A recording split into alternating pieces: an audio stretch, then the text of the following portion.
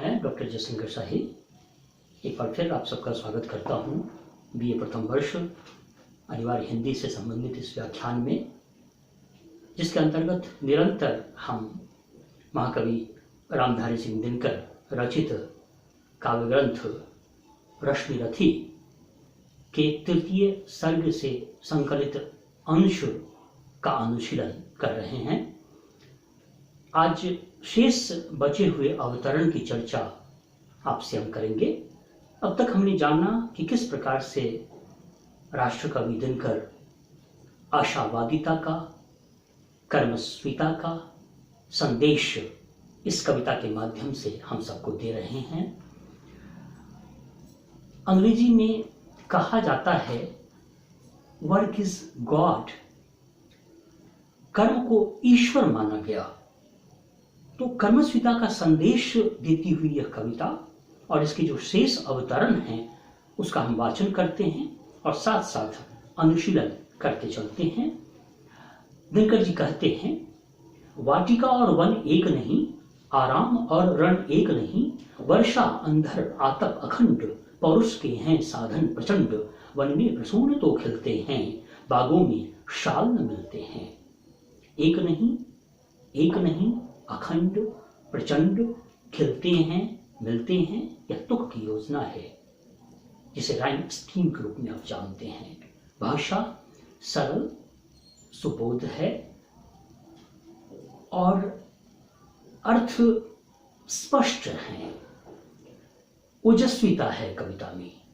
दिनकर जी कहते हैं कि वाटिका अर्थात बगीचा, उपवन और वन एक नहीं होते, आराम और रण एक नहीं, आराम और रण में संघर्ष करना होता है, रण में संग्राम करना होता है, रण क्षेत्र में संग्राम करना होता है। तो आराम और संग्राम एक नहीं है, दोनों अलग अलग चीजें हैं और वे ही विजेता बनते हैं, वे ही सफल होते हैं जो रण क्षेत्र में उतरते हैं और संग्राम में सन्नद्ध होते हैं। ये दिनकर का विश्वास है।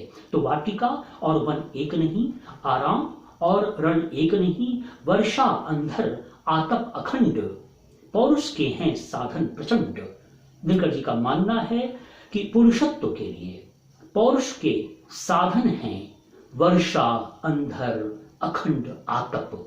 जितनी भी विपत्तियां आती हैं, जितने भी विघ्न आते हैं, जितनी भी बाधाएं आती हैं, उनसे टकराकर, उनसे मुकाबला करके पौरुष और निखरता है।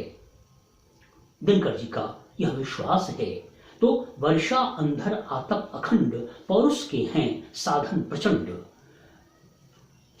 अंग्रेजी में जिसे ट्रायल्स एंड ट्रिब्यूलेशंस कहा जाता है। तो जीवन में अगर विपत्तियां आती हैं तो दिनकर जी का कहना है कि हमें उससे घबराना नहीं है, बल्कि उसका डटकर मुकाबला करना है। और दिनकर जी आगे कहते हैं, वन में प्रसून तो खिलते हैं, बागों में शाल न मिलते हैं। वन में फूल खिलते हैं और बागों में अर्थात उपवन में, वाटिका में शाल के वृक्ष नहीं मिलते। अर्थात वन का जो संघर्ष है और उपवन में जो आराम है, इसकी तुलना, इसका कॉन्ट्रास्ट दिनकर जी कर रहे हैं कि अगर हमें सफल होना है तो हमें संघर्ष करना होगा, हमें कर्म करना होगा।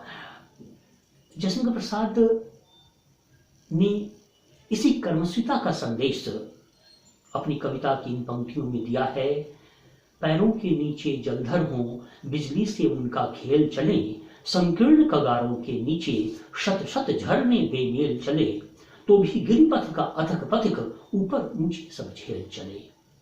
कर्मस्विता का संदेश देती हुई यह कविता आगे दिनकर जी क्या कहते हैं, कंकरियां जिनकी सेज सुघर, छाया देता केवल अंबर, विपदाएं दूध पिलाती हैं, लोरी आंधियां सुनाती हैं, जो लाक्षा गृह में चलते हैं वे ही शूरमा निकलते हैं।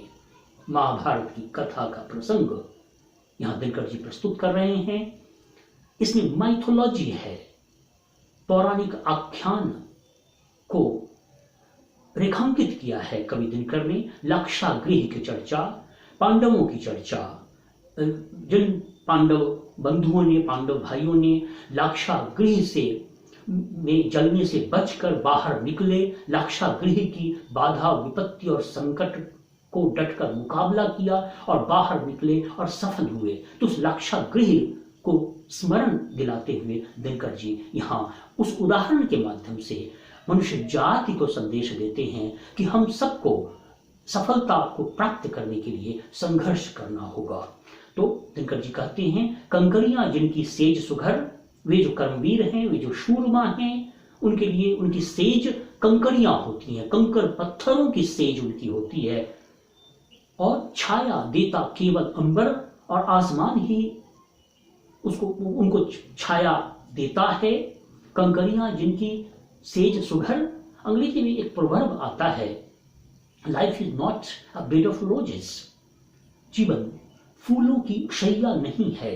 हमें मनुष्य जीवन में संघर्ष करना होगा, हमें कर्तव्य करना होगा, हमें प्रयत्न करना होगा सफलता प्राप्त करने के लिए। दिनकर जी भी इसी तथ्य में विश्वास करते हैं और इनकी कविता इसी बात को प्रमाणित करती है। तो कंकरिया जिनकी सेज सुघर, छाया देता केवल अंबर, विपदाएं दूध पिलाती हैं उन कर्मवीरों को, उन शूरवीरों को विपदाएं दूध पिलाती हैं। और आंधियां, झंझावात, चक्रवात, प्रभंजन उन्हें लोरी सुनाती हैं।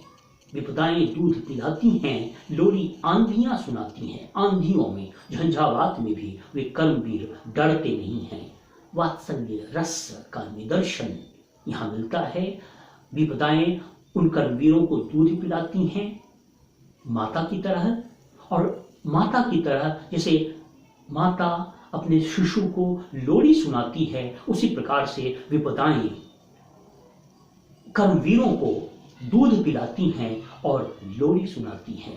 तो विपदाएं दूध पिलाती हैं, लोरी आंधियां सुनाती हैं। जो लाक्षागृह में जलते हैं वे ही शूरमा निकलते हैं। और दिनकर जी की आस्था है, दिनकर जी कहते हैं कि लाक्षागृह के संकट विपत्ति का डटकर मुकाबला करके जो बाहर निकलते हैं वे ही शूरवीर होते हैं, वे ही शूरमा होते हैं, वे ही कर्मवीर होते हैं। यहाँ पांडवों की ओर संकेत कर रहे हैं कवि दिनकर।